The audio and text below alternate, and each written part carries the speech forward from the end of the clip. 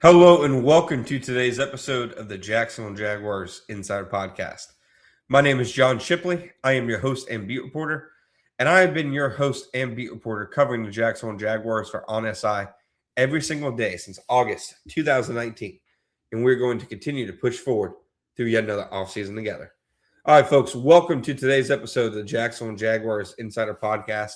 Today, we are talking about my dive into the history of Jacksonville Jaguars general manager James Gladstone in selecting linebackers. Now, I went ahead and looked at, obviously, let me go ahead and preface this with saying, I'm not saying James Gladstone was responsible for the Rams' 7th-round picks from 2018 to 2020, whatever. He was just a part of that front office. But this just shows you, they've already proven that they use a lot of what they learned from the Rams, whether that's in aggressiveness, whether it's in the type of players, they target at specific spots. We already know that the Rams' influence is very heavy. We don't have to project that. It's, not cliche. It's not a meme. It's a real thing. So going back, James Gladstone's first draft with the Rams was in 2016. He then comes to the Jaguars in 2025. He's now had 10 drafts in the NFL. Going back through those 10 drafts, he's been a part of 92 draft picks. 7 of those picks have been an off-ball linebacker. And when I say off-ball linebacker, I mean an inside linebacker, a Mike or a Will. Not a 3-4 outside linebacker, not a guy like, even in my opinion, Jalen McLeod. I consider him more of a Sam, linebacker who can play on the line, would kind of function in a 3-4 defense. So I'm talking strictly guys who play off the ball here. And, that's just a little bit over 7% of the picks in Gladstone's career have been used on linebackers. Now, as you can guess, he certainly has seen other positions have significantly more draft capital spent on them. When looking at these 7 players, here's who they are. 2016, 6th round, pick 190. Kentucky linebacker Josh Forrest. 2018, round 5, pick 147. Linebacker Micah Kaiser. 2018, round 7, pick 231. Traven Howard. Round 2019, round 7, pick 251. Dakota Allen. 2020, round 7, pick 234. Clay Johnston. 2021, round 3, pick 103. Ernest Jones. And then 2025, Jack Kaiser, round 4, 107. Jack Kaiser is the second largest investment James Gladstone has ever made a linebacker. And looking at these guys, some of the trends, like all but Ernest Jones, were at least 23. Several years of production. All but Ernest Jones had at least 36 games played. I think that, just looking at the production of these guys and what they did in Jacksonville, not in Jacksonville, in Los Angeles, is it the most exciting thing? Absolutely not. There's only one hit on the list. It's Ernest Jones, unequivocally. Linebacker clearly has not been a priority position for the Rams, or they've been able to hit on undrafted free agents, or they've signed external free agents, Nate Landman, for example.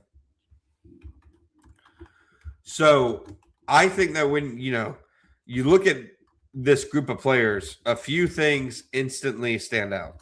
Like I said, Ernest Jones is really the outlier, which is interesting because he's the outlier, like in terms of everything, in terms of the player he ended up becoming, I'd say outlier in terms of age, production, whatever you want to call it. He's somebody who doesn't have a similar profile to any of these guys, which makes sense. It took somebody, significant to change their profile. These guys, on average, everybody outside of Ernest Jones played 44.7 games in college in their career. If you add Ernest Jones, he only played 26 games. you get an average of 42 games played in their career. So that's pretty extensive. That's a lot of playing time. You look at their ages, even including Ernest Jones. I mean, this is a group that comes down to an average age of 23.4. I mean, if you take out Ernest Jones, it comes out to a group with an average age of 23.6. So very clearly, they lean toward older guys. Very clearly, they lean toward guys with a lot of experience. They also didn't exactly list or invest in many guys who were like just absolute freak athletes. And in fact, very few of them. Ernest Jones was one of the worst athletes. Linebacker is one of those positions where I'm not sure just how important athletic testing is for it. And I think this goes, frankly, to prove it to an extent. But look at these guys, it's not like if a guy tested poorly, if a guy has a 5 point something RAS, I don't think that means that the Jaguars won't be interested in him. I think they care about things beyond that. I truly do. I think a part of what makes Gladstone different, what makes Lesnine different, they look past these physical traits. They're obviously important. They're not saying length isn't important and stuff, but they can look past, I think, specific qualities. And it's very clear that that James Gladstone, both with the Rams and with the Jaguars, has been comfortable overlooking some things at linebacker. They are willing to find guys who are scrappy, who maybe don't have the best relative athletic score, that kind of stuff. So essentially, older linebacker prospects, a lot of games under their belt, and guys who ultimately, again, fit that kind of criteria of it doesn't have to be necessarily an elite athlete, but they have at least 40-something games under their belt. There's 3 linebackers who really check every single one of those boxes that at least I see. And these are guys outside the top 100 of the consensus board. So I'm sure if you included guys inside the top 100, there'd be other guys that fit this list. But here are the 3 guys. Arizona State linebacker, Keyshawn Elliott. He's a transfer. Another thing James Gladstone and the Jaguars like. He's played well since transferring to a bigger program. Ton of experience, a ton of production, versatile, was really the heart of that defense. It wouldn't surprise me to see the Jaguars extremely high on Keyshawn Elliott. And if you can get him,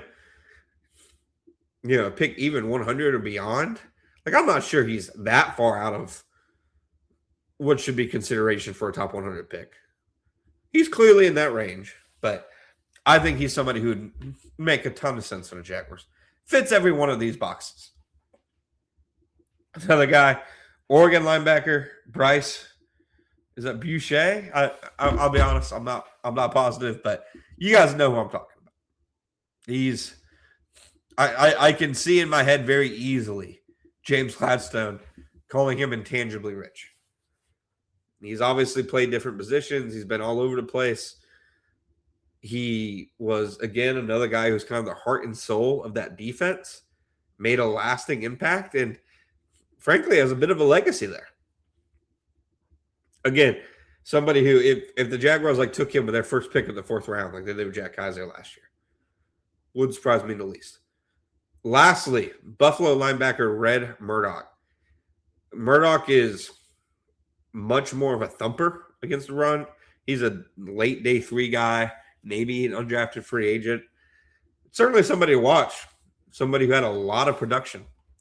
Somebody who I think when you look at him and his skill set, is it a perfectly balanced skill set that can be a 3-down linebacker? No, he's not going to replace Devin Lloyd, obviously. But he does give them, somebody an option to kind of be a plugger against a run if they want to go that route. You can get a solid run defender in the 6th or 7th round, you take that each time. So those are my findings. Let me know what you guys think. As always, we'll be back next time.